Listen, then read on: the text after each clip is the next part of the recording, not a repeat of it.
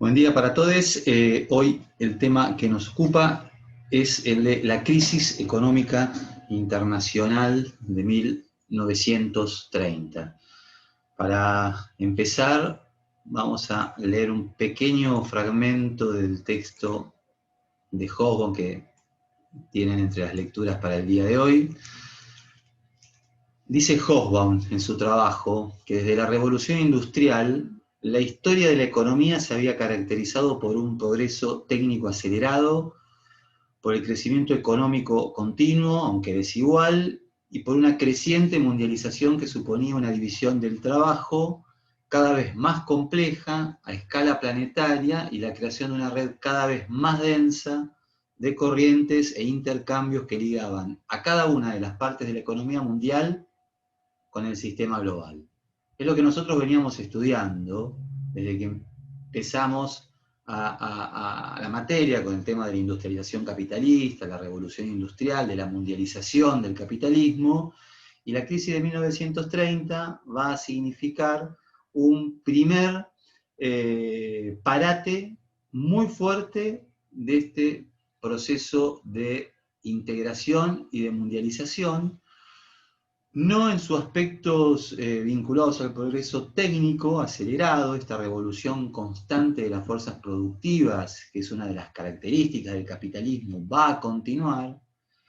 La desigualdad de sus desarrollos y de la manera en que va a impactar la crisis, de nuevo vamos a ver que va a ser un rasgo, digamos, de la crisis de 1930, pero claramente este proceso de mundialización, entendido como un creciente proceso de intercambio de mercancías a escala global, va a sufrir un primer y muy, una primera y muy fuerte interrupción.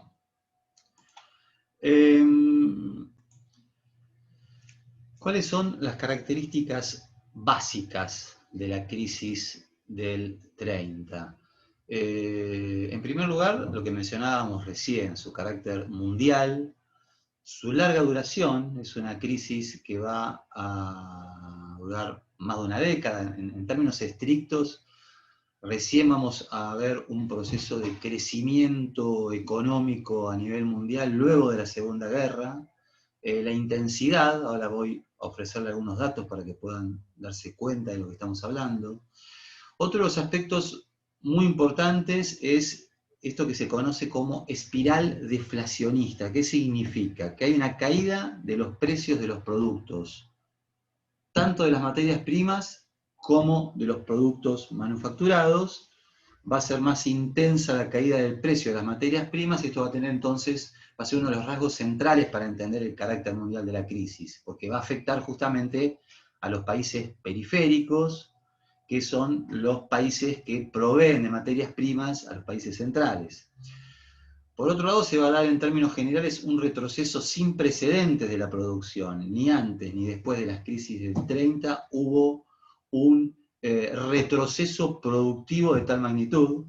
Va a haber una retracción muy fuerte de la inversión de capital, va a haber una enorme contracción del comercio mundial, y esto va a llevar, o las respuestas que vamos a ver que los distintos estados, los distintos gobiernos van a ensayar para tratar de superar estas crisis en sus espacios nacionales, va a ser una política de aranceles a las importaciones, etcétera, es decir, barreras proteccionistas, acuerdos bilaterales de comercio, etcétera, cosas que con anterioridad a esta crisis no eran los rasgos centrales del sistema internacional de comercio. Y por último tenemos que hablar de las consecuencias sociales, que se va a expresar de una manera muy clara en la caída radical del empleo. Para que se den una idea, en Estados Unidos, antes del crack de la bolsa de 1929, de octubre de 1929, había aproximadamente cerca de 2 millones de desocupados. 2 o 3 años después, esta cifra se eleva a 13 millones de desocupados. Es una tasa de desocupación que para Estados Unidos en ese momento significa hablar de un 25% de desocupación, y esto va a mantenerse prácticamente así a lo largo de toda la década del 30. Si nosotros medimos la tasa de desocupación de Estados Unidos en 1938, se va a encontrar todavía por arriba del 20%. En Europa va a haber 30 millones de desempleados y van a perdurar esta cantidad de desempleados también a lo largo de casi toda la década del 30. En algún sentido, la recuperación del empleo y de la economía va a estar fuertemente ligada a la Segunda Guerra Mundial. Por un lado, por la producción de armamentos, por otro lado, porque en los hechos significa una solución al desempleo si pensamos que la Segunda Guerra Mundial sola produce 55 millones de muertos. Imagínense que de alguna manera las condiciones en 1945 para renovar el proceso productivo, para renovar políticas de pleno empleo, de alguna manera habían estado facilitadas por los efectos devastadores de la Segunda Guerra. Bien. Les decía yo que les quería tirar algunos datos básicos, ¿no? Cuando decimos que se detiene el proceso de integración y de mundialización, hay un parate de las migraciones internacionales. Este parate de las migraciones internacionales, la contracara de eso va a ser las fuertes migraciones internas en los países, sobre todo del tercer mundo, justamente por la crisis, que la crisis económica mundial va a producir en el campo, y entonces la población rural va a movilizarse a las ciudades. Si ustedes conocen algo de la historia argentina, sabrán, digamos, que durante la década del 30 se produce un proceso muy fuerte de migraciones internas en Argentina. Esto tiene características internacionales. La población, por ejemplo, de Shanghái en China, de Calcuta en la India, de San Pablo en Brasil, se duplica entre 1920 y 1940, se triplica la cantidad de población de la Ciudad de México, ¿no? Entonces, bueno, vemos que estos son aspectos de carácter internacional. Por otro lado, el comercio internacional. Entre 1929 y 1932 se produce una caída del 60%. El flujo de capitales. Entre 1927 y 1933, los préstamos internacionales caen en un 90%. Todos datos que nos están hablando de una manera muy, muy clara de la magnitud de esta crisis. Fíjense en este cuadro, por ejemplo, sobre la caída de la producción industrial entre 1929 y 1938 en Estados Unidos, Alemania, Francia e Inglaterra. No sé si alcanzan a ver los números, y la crisis de 1973 y 78. Ahí pueden tener de alguna manera una ilustración de la magnitud de la caída. Concentrémonos en el epicentro de la crisis mundial, que va a ser Estados Unidos. Entre 1929 y 1938, la caída de la producción industrial va a ser de casi el 50%. En la crisis de mediados de la década del 70 no va a llegar al 10%. Digamos, esto es muy ilustrativo de la profundidad de la crisis. Lo que puede leerse en este otro cuadro sobre el Producto Bruto Interno, es decir, la cantidad de servicios y de producción que genera la economía de Estados Unidos en la época. Si en 1929 era de 81 billones de dólares, en 1932 se encuentra por debajo de la mitad de esa cantidad, y en 1938, fíjense que todavía se encuentra muy retrasada, no alcanzando apenas los 2/3 de los niveles de 1929.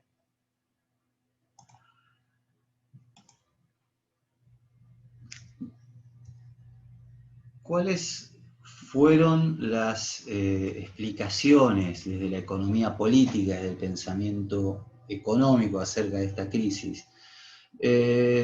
Para los liberales se trataba simplemente del típico comportamiento cíclico de la economía. El capitalismo desde mediados del siglo XIX mostraba este movimiento cíclico, y suponían que dejando el mercado librado a sus propias lógicas se iba a lograr de alguna manera la recuperación económica.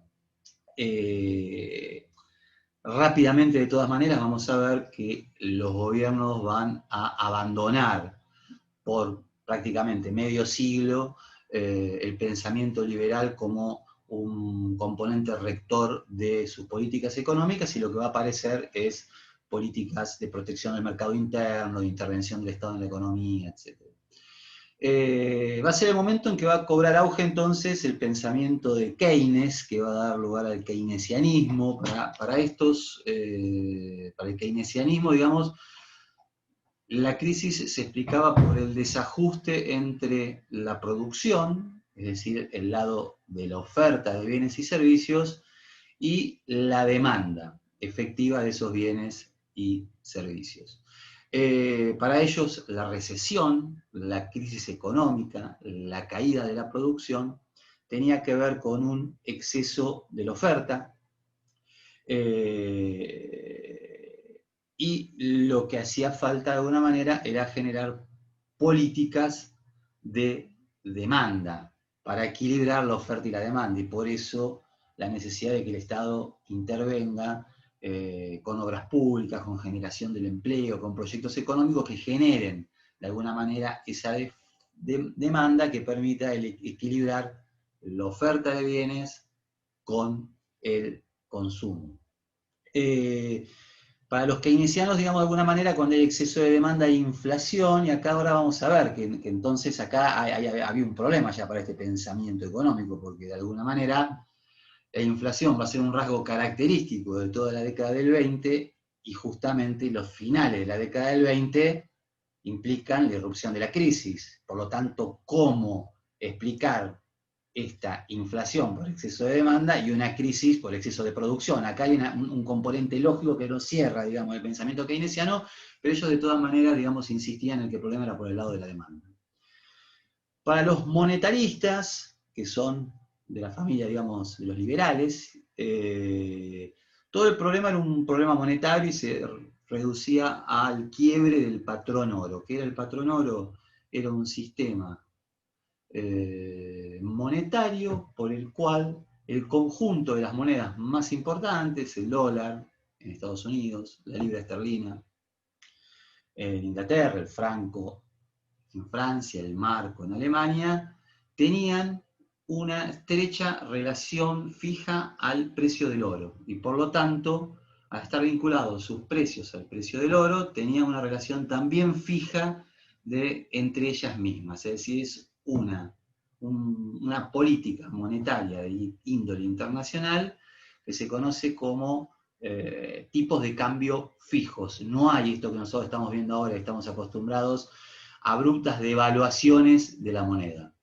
Se supone que entonces, cuando hay una crisis económica en alguno de los países, el patrón oro va a permitir de alguna manera un ajuste automático de esa crisis, pero los gobiernos no recurrían a la devaluación de sus monedas para incrementar las exportaciones, etc. En realidad, detrás del patrón oro lo que había era la hegemonía de Gran Bretaña, ¿no? Porque Gran Bretaña, de algún modo, al ser la principal exportadora y la principal compradora de materias primas, por lo menos hasta la Primera Guerra Mundial, había logrado establecer este criterio de un sistema económico de tipos de cambio fijos entre las diferentes monedas, que las beneficiaba a Inglaterra, que era la que sí efectivamente tenía la capacidad de emitir lo que era la moneda más fuerte, que era la libra esterlina. Entonces, bueno, hay un quiebre del patrón oro, esto ya empieza con la Primera Guerra Mundial, ahora vamos a ver algunas cuestiones, y para los monetaristas el problema era este quiebre, este abandono.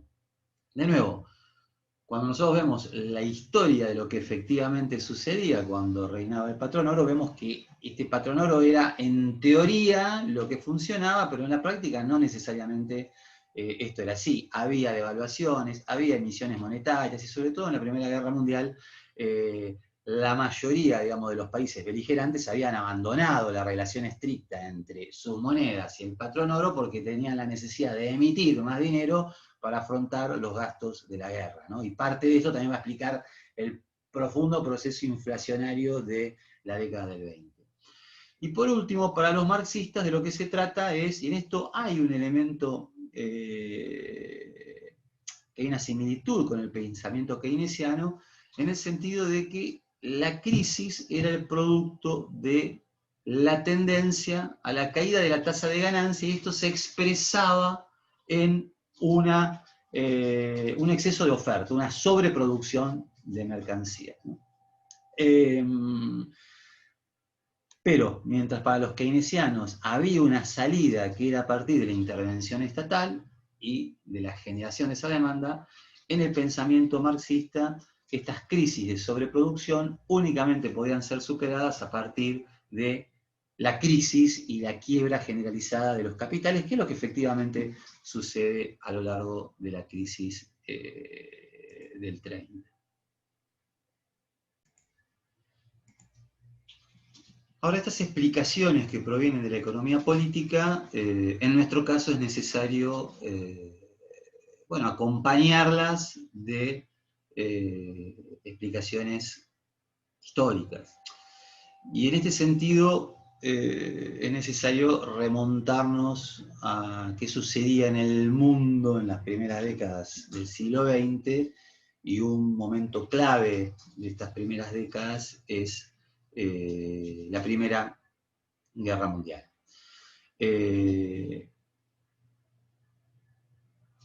La Primera Guerra Mundial va a significar el paso, de alguna manera, de la hegemonía británica, es decir, del lugar preponderante que ocupaba Inglaterra y sus políticas globales en el mundo, a la posición hegemónica de Estados Unidos. Entonces, esta es su primera consecuencia de la Primera Guerra Mundial.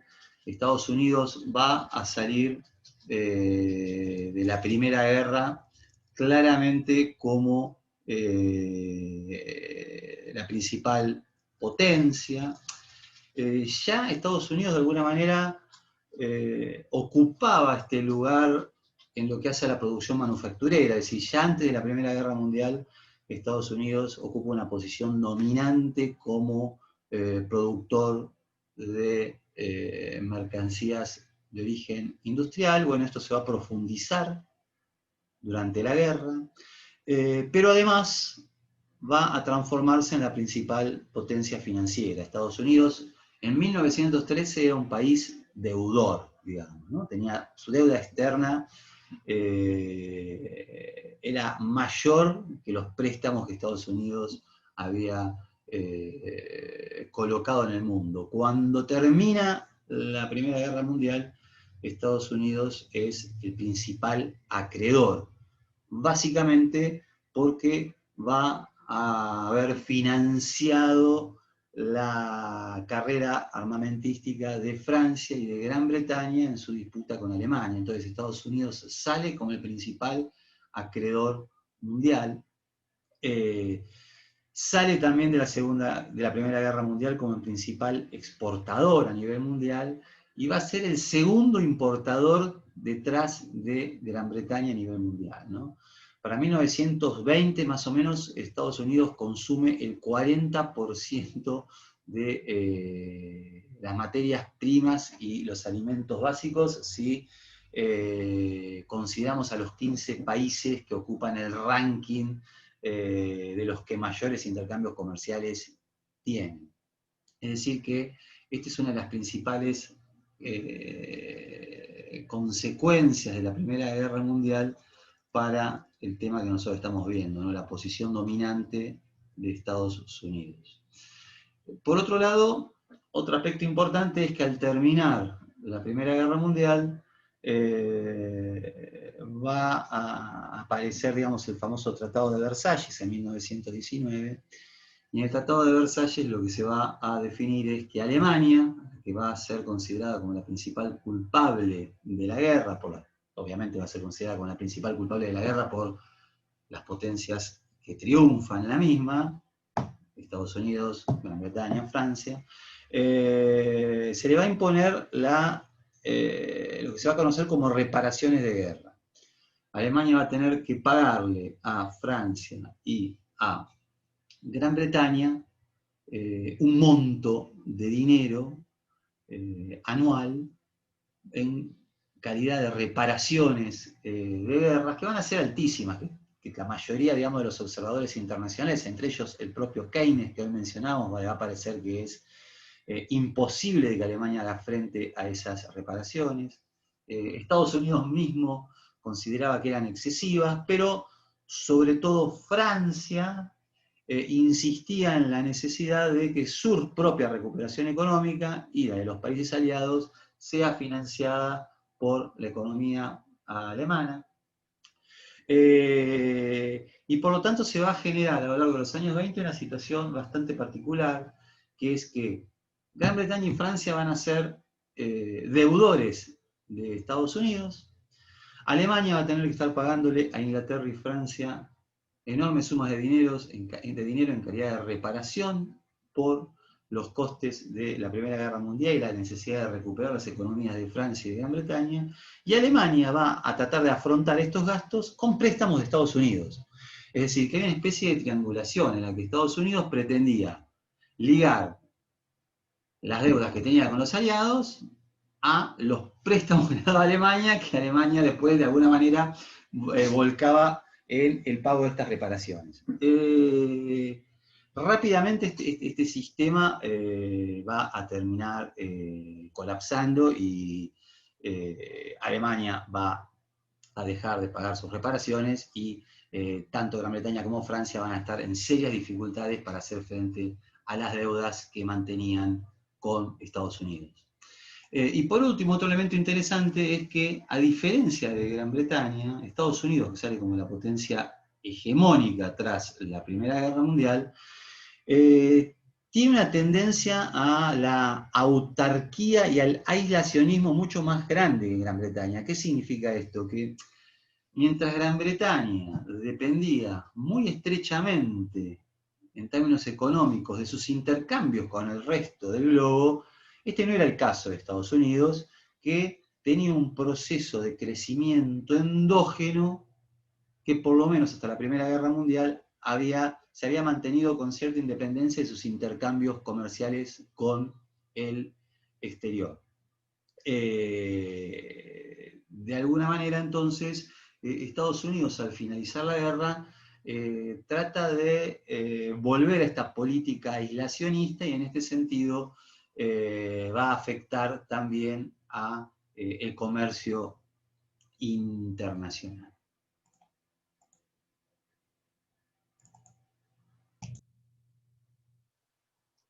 Cuando nos concentramos en... Espera un momento que no... Cuando nos concentramos de alguna manera en las principales consecuencias en términos de política económica, digamos, de la crisis, y aparece todo estos señalamientos que yo mencionaba, el crecimiento de la intervención estatal en la economía, el proteccionismo, etc., es importante tener en cuenta que algunos de estos elementos ya tenían una historia previa, ¿no? Un momento clave es finales del siglo XIX. Nosotros en su momento estudiamos de qué manera los países que buscan competir con Gran Bretaña, Alemania, Francia, Estados Unidos, incluso Japón, van a recurrir a una política proteccionista para el desarrollo de sus propias economías. Y luego, la Primera Guerra Mundial va a ser otro momento clave en este sentido, ¿no? Durante el conflicto bélico que dura entre 1914 y 1918, todos los estados beligerantes buscan controlar la materia prima y la mano de obra, orientan y restringen las importaciones, que ahora están íntimamente vinculadas al esfuerzo bélico, establecen políticas de racionamiento y de controles de precios al interior de sus espacios nacionales para tratar de alimentar a la población y distribuir la escasez con la que se enfrenta en un contexto de guerra. Se producen aparte enormes aumentos del gasto público. Esto va a llevar justamente a que la mayoría de los países beligerantes durante la guerra recurran a la emisión monetaria, y por lo tanto esta idea de que el patrón oro estaba funcionando y que el valor de las monedas se encontraba ligado a la cantidad de oro que existía en sus bancos centrales, termina transformándose en una ficción. Todos estos estados para, de alguna manera, hacer frente a estos incrementos del gasto público, van a recurrir a la presión impositiva por un lado, o al endeudamiento externo por el otro. Fíjense que en los países beligerantes, en 1913 se considera que más o menos los impuestos cubrían un poco el 5% de los ingresos. Para 1921 estas cifras llegan al 38%, es decir, un enorme crecimiento de los impuestos, porque los estados necesitan fondos para hacer frente al gasto que les demanda la guerra, y por lo tanto entonces, nuevamente, estas cosas que aparecen como novedades muy fuertes después de la crisis del 30, vemos que ya vienen con una historia previa y que no son una novedad absoluta. Hay un dato que es también muy interesante para pensar todo este proceso que deriva en la crisis del 30.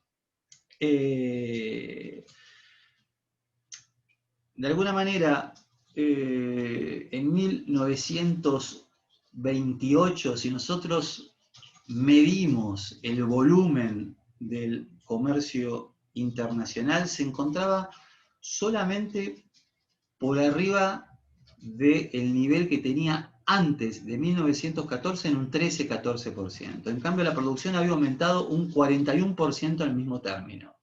¿Qué está indicando esto? Que hay un enorme crecimiento de la producción, que no es acompañada en la misma medida por el aumento del comercio internacional, que para fines del siglo XIX sí mantenían cierta relación estos números, y está indicando ya la existencia de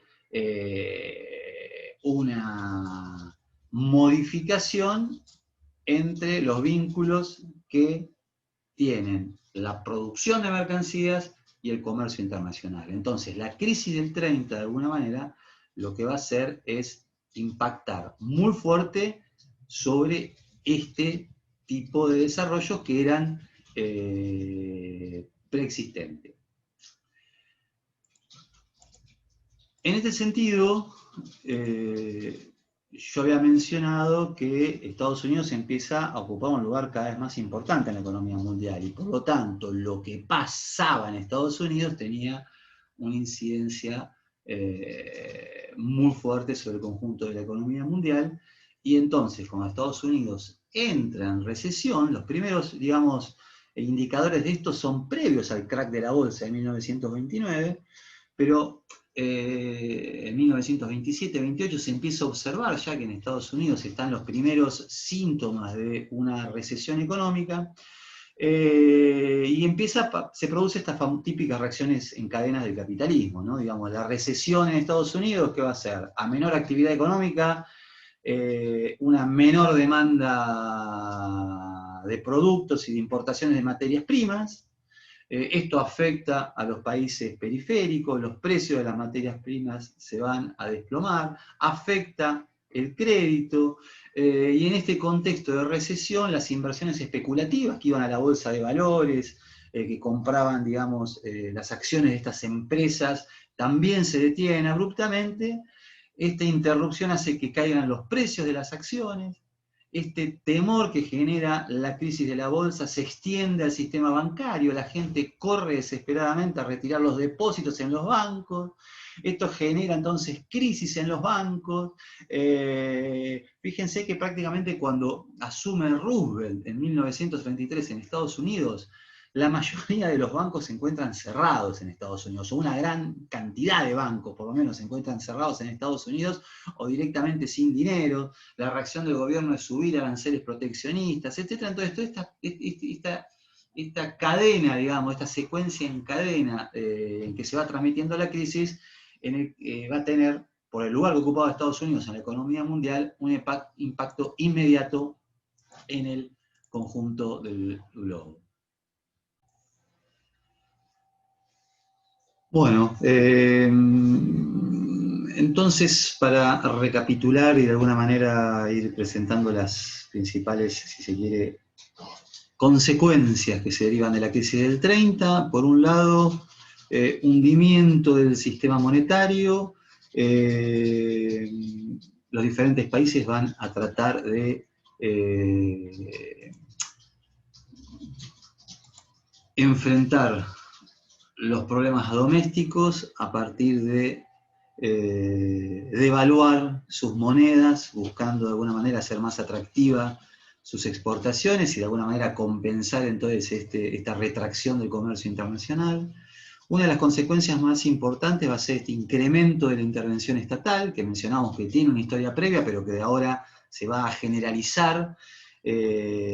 No, antes convivía la intervención estatal con la idea de que en realidad el mercado debía ser dejado librado a su propio dinamismo. Ahora claramente se abandonan estas ideas y se busca la intervención estatal de forma deliberada y se teoriza acerca de la importancia de la intervención estatal. En la década del 30 va a ser el momento en que se van a implementar amplios y generalizados planes de política social, pensiones, jubilaciones, seguro de desempleo. En este sentido, esta va a ser la política en Estados Unidos, el famoso New Deal. Se va a caracterizar por este tipo de políticas sociales y aparte están vinculadas a lo que yo mencionaba hoy, la idea keynesiana de que a partir de estas intervenciones estatales también se estimulaba la demanda, ¿no? Y junto a esta política social va a aparecer los famosos programas de inversión pública, habitualmente ligados a la infraestructura y destinados a crear empleo. Si ustedes se fijan, por ejemplo, en Argentina, la década del 30 va a ser el momento de la construcción de las grandes rutas, va a ser el momento de la ampliación de la 9 de julio, etcétera, ¿no? Monumentales obras públicas que están buscando de alguna manera crear empleo, estimular la inversión, fomentar la demanda, e incluso va a aparecer la interferencia del Estado, ya ahora sí legitimada, en el establecimiento de precios y de salarios. Va a inaugurar lo que ya se venía desarrollando en el mundo, una era de proteccionismo, ¿no? Y de alguna manera se va a acabar con el liberalismo económico por medio siglo, se va a haber abandonado el patronoro, este hundimiento del sistema monetario internacional que mencionábamos hoy, se va a pasar a subvencionar a la agricultura en general, sobre todo en los países desarrollados, para evitar las crisis sociales, que estaban ligadas a las crisis agrícolas.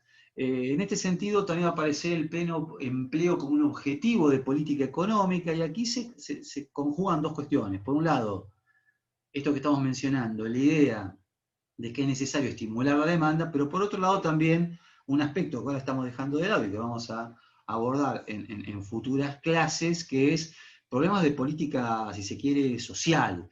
Hay un gran temor en la época a que la crisis pueda derivar en levantamientos y sobre todo en la expansión del comunismo. Recuerden que en 1917 se produce la Revolución Rusa, y para 1929-30 lo que se empieza a observar es que Rusia, a partir de la planificación, a partir de los planes quinquenales, de la industrialización, que nosotros vimos que tuvo unos costos sociales altísimos, pero que le permitieron evitar esta crisis, ¿no? Si hay un país que sale indemne de alguna manera de la crisis del 30, va a ser la Unión Soviética, y en este sentido esto genera mucho temor en las clases dominantes acerca de cuáles pueden ser las consecuencias de las crisis económicas en términos sociales y políticos.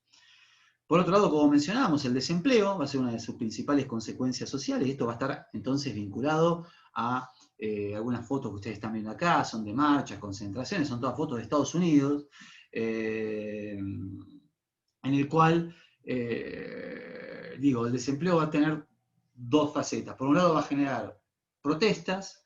Esto va a ser respondido desde el punto de vista del Estado de dos maneras: con política social. Por ejemplo, va a haber, en el caso de Estados Unidos, una ley de seguridad social en 1935 que va a incorporar el seguro de desempleo, etc. Y por otro lado, con la represión, ¿no? Con la represión de las movilizaciones sociales, la represión de los sindicatos, la persecución de los activistas comunistas, y esto va a ser una característica también global. Si nosotros venimos a lo que pasa en Argentina, vamos a ver que algo de esto también sucede. Y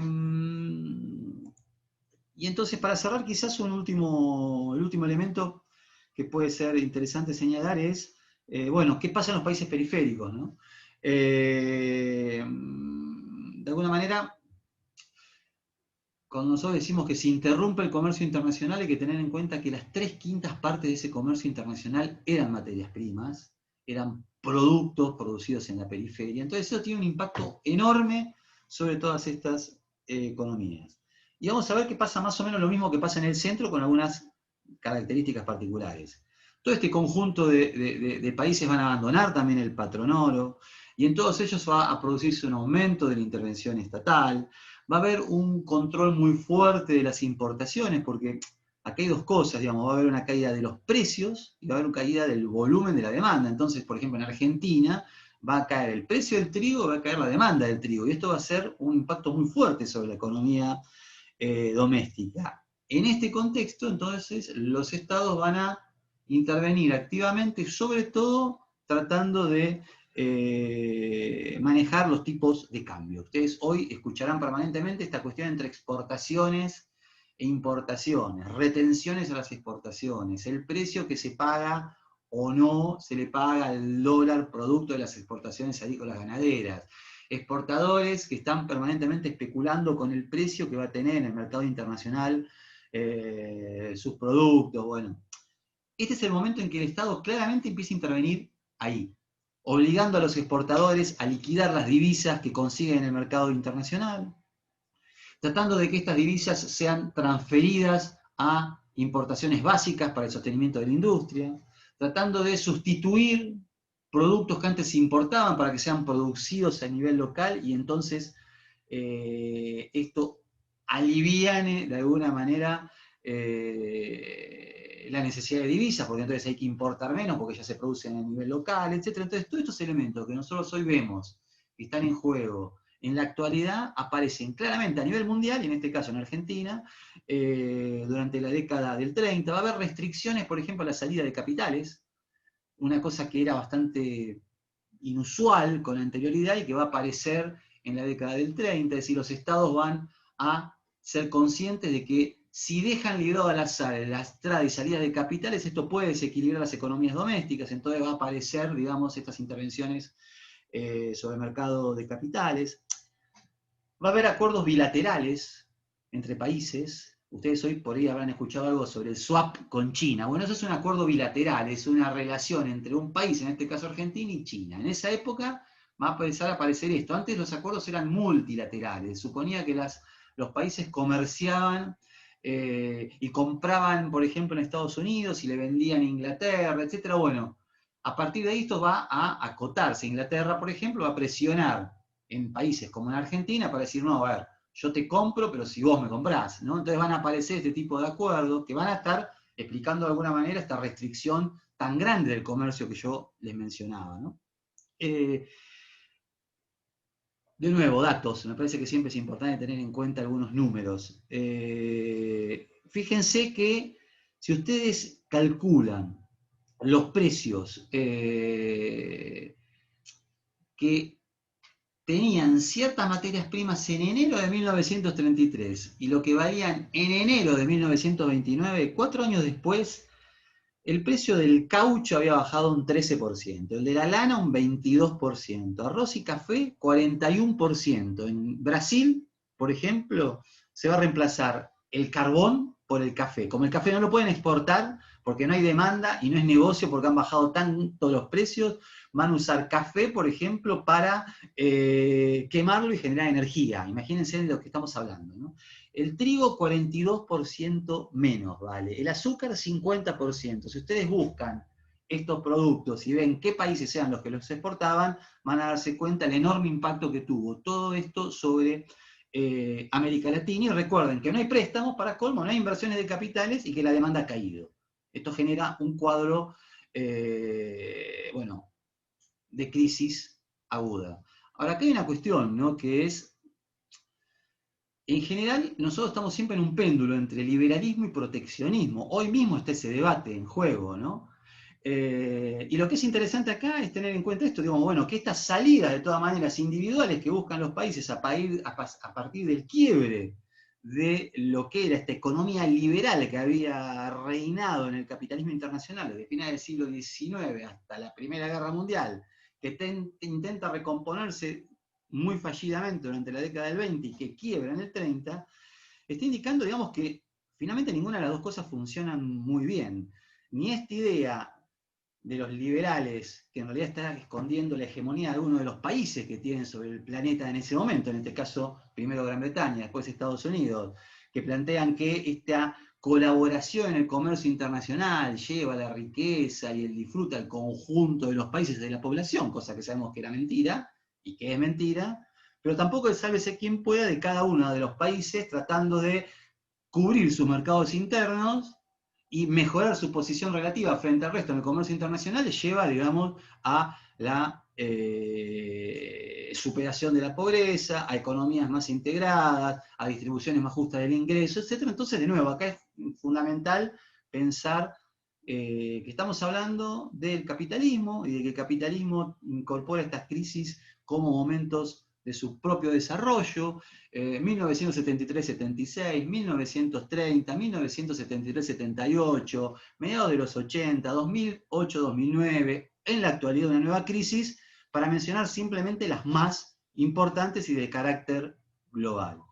Bien, bueno, dejamos acá. La próxima seguimos con las consecuencias políticas también que tuvo esto, porque claramente entonces la crisis social se va a traducir en radicalizaciones a izquierda y a derecha, y van a estar explicando algunos de los conflictos más fuertes que atraviesan la década del 30 y que terminan desembocando en la Segunda Guerra Mundial. Bueno, muchas gracias por la atención. Nos vemos.